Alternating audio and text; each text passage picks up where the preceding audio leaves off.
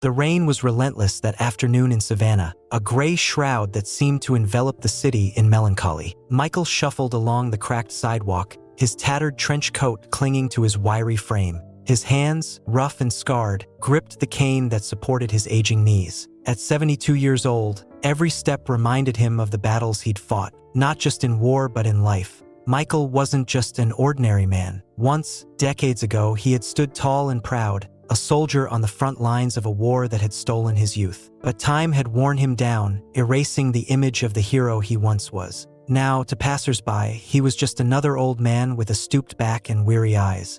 As he approached the intersection of Jefferson and Whitaker, a flicker of red and blue caught his attention. The faint hum of a police siren grew louder, pulling Michael's focus to a pair of patrol cars that rolled up beside him. Two officers stepped out, their uniforms pristine and badges gleaming in the dim light. The taller of the two, Officer Daniels, had a square jaw and an air of authority that he wore like a second skin. Beside him, the younger officer, Rivera, carried a nervous energy, his hand resting too eagerly on his holstered weapon. "Hey, old man," Daniels called out, his voice carrying over the patter of rain. "What are you doing out here?"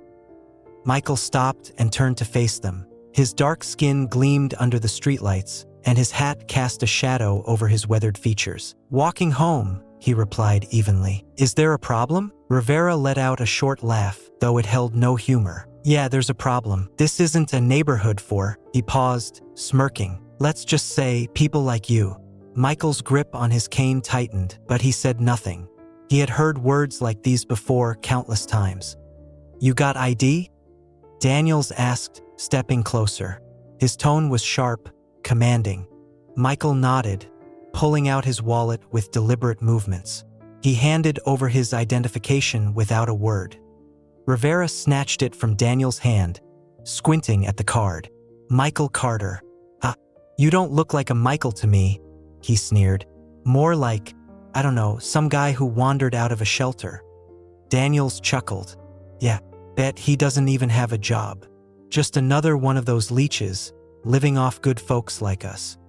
Michael's eyes narrowed, but he stayed silent, letting the weight of their words hang in the air. As the rain continued to fall, Michael's mind drifted back to a different time, a different rain.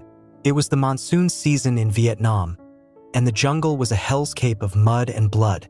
He could still hear the screams of his comrades, the deafening roar of gunfire, and the pounding of his heart as he crawled through enemy fire to pull another wounded soldier to safety. Michael shook his head, snapping back to the present. These men didn't know. They couldn't know. But that didn't excuse their behavior. "Officers," he said, his voice steady despite the growing tension. "Do you always assume the worst about people you meet?" Daniels raised an eyebrow. "When they look like you, keeps us alive." Rivera smirked. "Besides, what have you ever done that's worth knowing?" Michael's lips tightened into a thin line. The question stung, not because it was true, but because of the ignorance behind it. 40 years ago, Michael began, his voice cutting through the rain like a blade. "I was in Vietnam. I was 22, just a kid, but I saw things no one should ever have to see." The officers exchanged glances, their smirks fading slightly. "I was part of a unit that got ambushed in the jungle. Outnumbered, outgunned, and surrounded. Most of the men thought we were done for, but I couldn't, so I fought. I pulled 12 men out of that hellhole one by one, while bullets flew over my head. One of those men was Captain Raymond Ellis, a man who went on to have 3 kids and a dozen grandkids. He used to write me letters, thanking me for saving his life." Daniels shifted uncomfortably, his confidence faltering.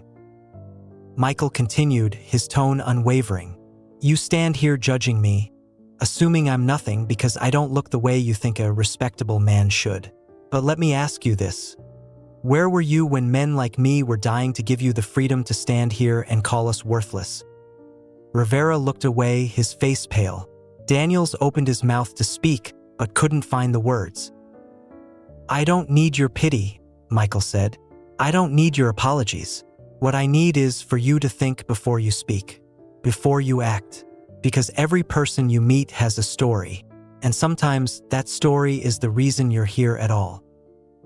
The rain seemed to stop, or perhaps the weight of Michael's words made it feel that way.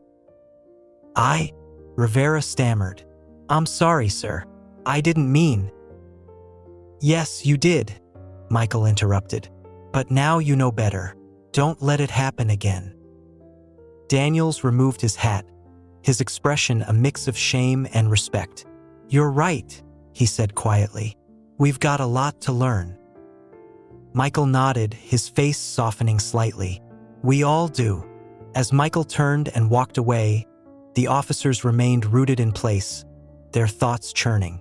That night, Daniels found himself researching stories of Vietnam veterans, while Rivera sat in his car, replaying Michael's words over and over. Michael returned to his modest apartment, where faded photos and dusty medals lined the shelves. He pulled out an old letter from Captain Ellis and read it once more. You saved my life, Michael, the letter said. I hope one day the world sees you for the hero you are. Michael folded the letter carefully and placed it back in its envelope. He didn't need the world to recognize him. He just needed to keep reminding it not to judge a book by its cover. In the following weeks, Daniels and Rivera began implementing changes in their precinct. They spoke openly about the encounter, encouraging their colleagues to confront their own biases. It wasn't an overnight transformation, but it was a start. As for Michael, he continued his quiet life, volunteering at the veterans' shelter and sharing his story with those who cared to listen. And in those quiet, unassuming moments, he proved that a true hero doesn't need recognition, just the courage to do what's right. Several weeks after the rainy night that had changed their perspectives, Daniels and Rivera found themselves on duty near the same corner where they had confronted Michael. The sun was out, the streets alive with chatter and movement. Despite the routine patrol, both officers couldn't shake the encounter from their minds. Think we'll see him again? Rivera asked, his voice softer than usual. Daniels, leaning against the car, adjusted his hat. Maybe. Wouldn't mind thanking him properly. As if summoned by their words, Michael appeared down the block. This time he wasn't alone. He was guiding a young man in his early 20s, his hand firm on the younger man's shoulder. The two officers watched as Michael stopped in front of a group of teenagers arguing loudly near the curb. Michael's voice was calm but commanding. Though the officers couldn't hear the words, the teens' body language shifted. Their tense postures softened, their voices lowered, and soon they were nodding, dispersing quietly with sheepish expressions. The young man beside Michael looked humbled, his head slightly bowed as Michael said something to him before patting his back. Rivera stepped forward, curiosity driving him. Sir? Michael turned, his steady gaze meeting the younger officers. Officers, he greeted simply, his tone neutral. Who was that? Rivera asked, gesturing to the young man now walking away. Michael sighed, leaning slightly on his cane. That's Jason, just a kid who lost his way. Lost his dad in Afghanistan, trying to find where he belongs. I'm helping him before he makes mistakes he can't undo. Daniels frowned, nodding in understanding. So, you're still helping people, huh? Michael tilted his head slightly, a faint smile touching his lips. Always. Someone once taught me that it's not enough to survive the storm. You have to help others find their way through it, too. Rivera, suddenly remembering the guilt that had weighed on him since their first meeting, blurted, Sir, I've been meaning to apologize again. For that night. Michael held up a hand. No need. You already did. What matters is what you do now. Words are easy. Change takes effort. Daniels nodded, his respect for the man growing with every word. You've given us a lot to think about, Michael. If there's ever anything we can do to help you. Michael chuckled softly. Just keep doing your jobs right. Treat people fairly. That's help enough. As Michael turned to leave, Daniels and Rivera exchanged a look. For the first time in their careers, they felt the weight of their responsibilities, not just to enforce the law but to honor the dignity of the people they served.